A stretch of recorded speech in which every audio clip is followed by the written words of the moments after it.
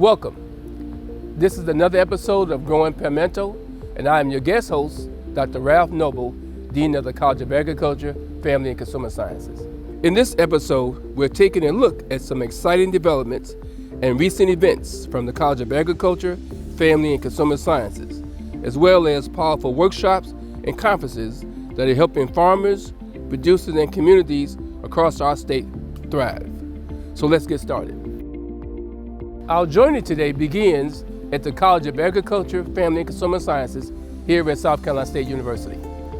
This college is the heartbeat of agricultural education and innovations at South Carolina State, preparing students to lead in fields from food production, food analysis, and food safety through agribusiness. So the College of Agriculture, Family and Consumer Sciences is a relatively new college on campus. We've been rejuvenated within the past few years, me taking over as dean. We have a very rapidly growing enrollment.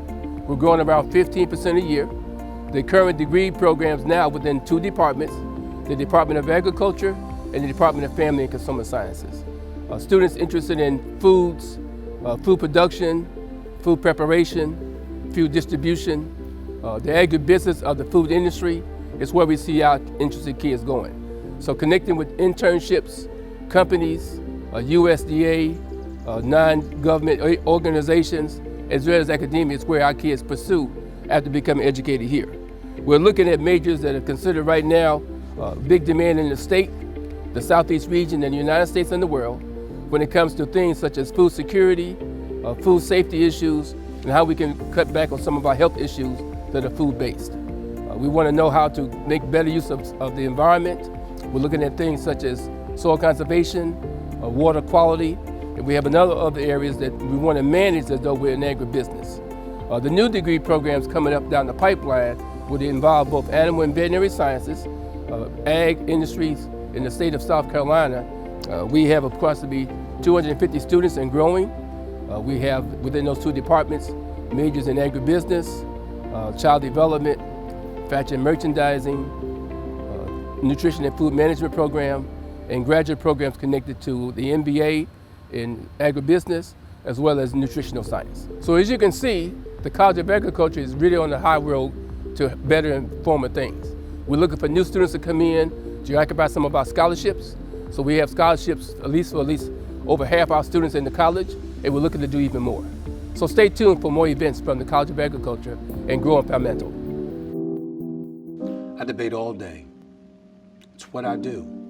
But there are some things that are undebatable, like your mental health, my own mental health. I was in a dark place when my brother passed away in a car accident. I've never been more devastated than the day I lost my mom. I was depressed, miserable, in ways I never imagined. I reached out, and my sisters came, my pastor, my therapist. They helped me get through it. I found that the more I spoke up, the healthier my mind became. The chaos that was in me began to subside. I was more focused, clear. When you love your mind, you can go so much further. That's not up for debate. Find mental health resources at loveyourmindtoday.org.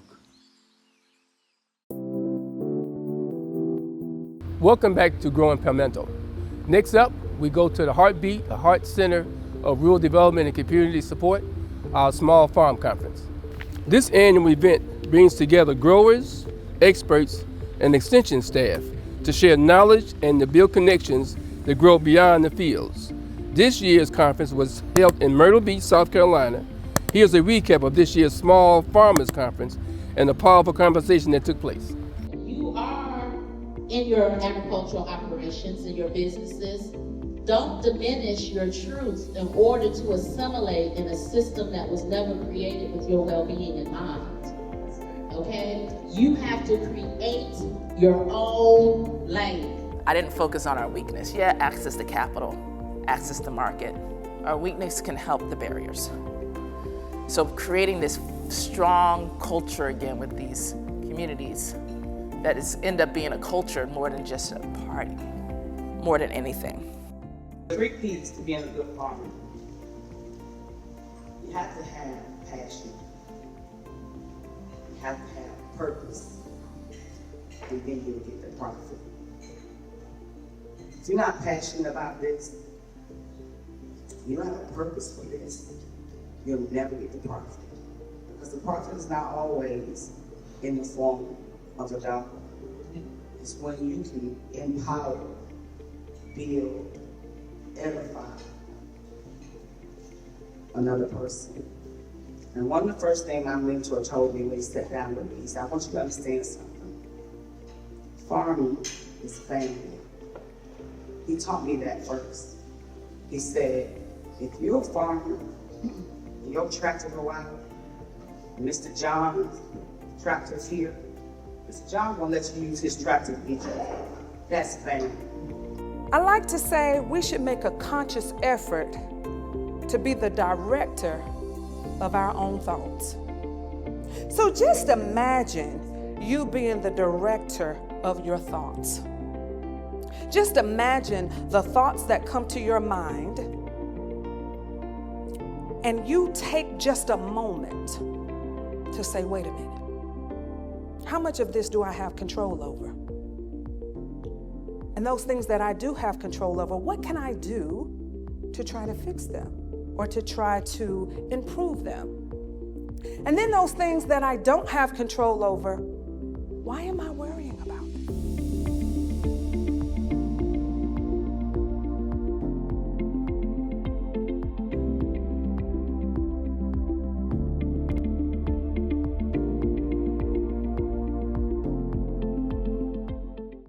As leafy greens continues to maintain popularity in our markets, it's important more than ever today to be sure that food safety, financial management, and ability to market our products are in safe hands.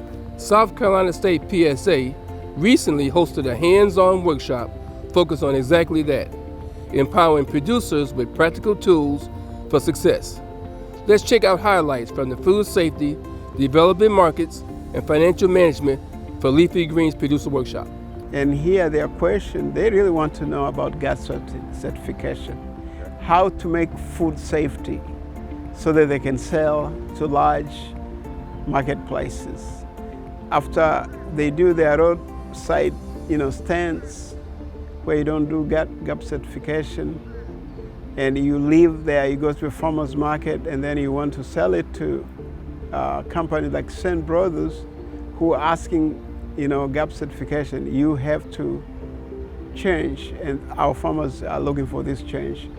So GAP stands for Good Agricultural Practices. It is from the USDA standard, and so it is a voluntary program for individuals to know kind of the regulations to be able to sell their fresh fruits and vegetables.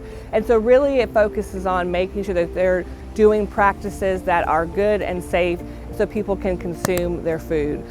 So really just making sure that they have some standards set in place to help them identify what they should be doing on their farm and when they're selling to consumers. The first main benefit of being GAP certified is it shows that you are doing your part as making sure that you are handling all the food safety standards.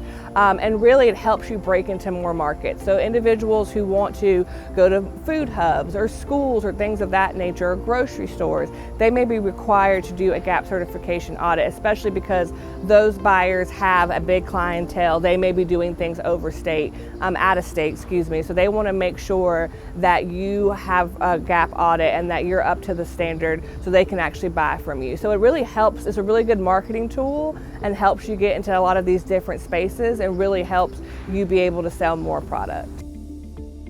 Always, if you're a farmer and you want to expand your market and sell to the greater market, then GAP certification is the ideal way to make sure that your product is safe for public consumption.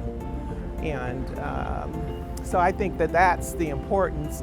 And it also helps a farmer learn, I guess, safety rules and regulations that would normally not normally come across just on their own. So the fact that South Carolina State is offering this for its 1890 farmers. When we plant our cash crops, it's good to know that, you know, you don't destroy food, you can sell food for, I mean, it's so many food deserts around, and the fact that now the introduction to a larger wholesaler that we can sell our products to, an immediate market. So I think that's the value. Taxes can be a challenge for anyone, especially those with small farmers and small agribusinesses. That's why South Carolina State PSA brought together experts and stakeholders for the Task Force Tax Workshop meeting to help demystify the tax process and offer guidance tailored to agricultural operations. Take a look at how this workshop is helping producers take charge of their financial responsibilities. The agribusiness way is that I always say that one of the things that we have to do now, we have to redefine the word agriculture and define the word agribusiness, okay? And one of the things that as I spend my time in corporate America, we want people to understand, agribusiness is what we as a day need to consider. This is how we get the next generation in. This is how we make our farms sustainable and scalable, understanding agribusiness. The biggest thing about agribusiness, it gives us opportunity to pass it down to the next generation. It gives us the opportunity to have solid foundations. And what we talk about today is business structures. What does that mean? What does an LLC mean? What does an INC mean? What does S corporations mean? How do we utilize legal tax deductions to reduce taxable income? A lot of times, many of our farmers operate sole proprietorships or under the table. We want people to get from under the table. We want people to get on top of the table, structure the business correctly so we can now make them sustainable, also scalable. That's what agribusiness is all about. I'm learning that what a LLC is. I wasn't aware of what really a LLC is. I actually was told about it, but today I'm really getting the foundation of it today.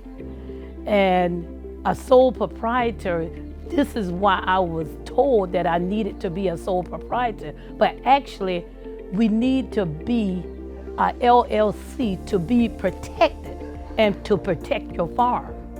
I want to thank 1890 for this training, because without the 1890, we would not have been aware of what's going on with LLC, sole proprietor, and so many other more. Well, I will take away today a way that it's not so much what you make, but it's what you're able to keep, and by saving through tax advantages. And now we want to be able to pay only the tax. I mean, we want to pay a fair share of tax, but only the tax that is due. And this program today helps us to do that. Now let's take a look at what South Carolina State PSA is doing across the state in our 1890 in 90 seconds segment.